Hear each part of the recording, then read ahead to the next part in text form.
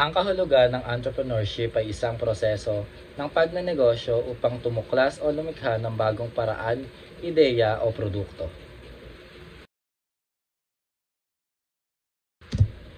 Successful entrepreneurship is a dynamic interplay of various traits and qualities.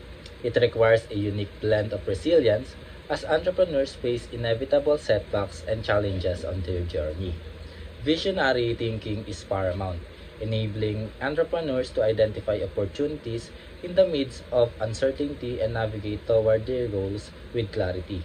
Entrepreneurial success often hinges on a blend of resilience, vision, and relentless adaptability.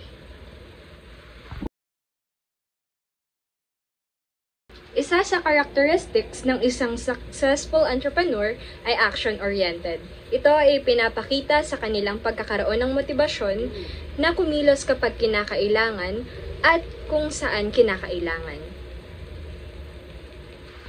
Isa pang characteristics ng isang successful entrepreneur ay mayroon silang abilidad na magdesisyon at magresolba ng mga problema.